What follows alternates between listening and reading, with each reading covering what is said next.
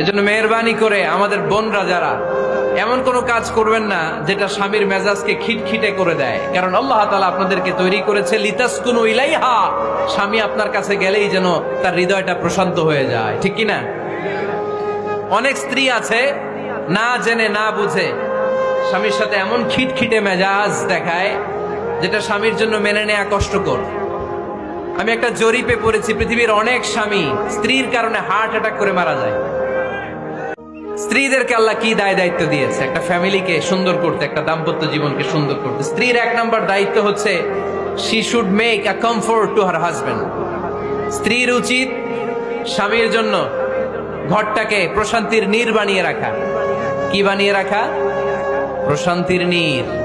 স্ত্রী হওয়া উচিত এমন যাকে দেখলে স্বামীর চোখ জুড়ায়, স্বামীর প্রাণ জুড়িয়ে যায়, স্বামীর হৃদয়টা ঠান্ডা হয়ে যায়, ঠিক কিনা?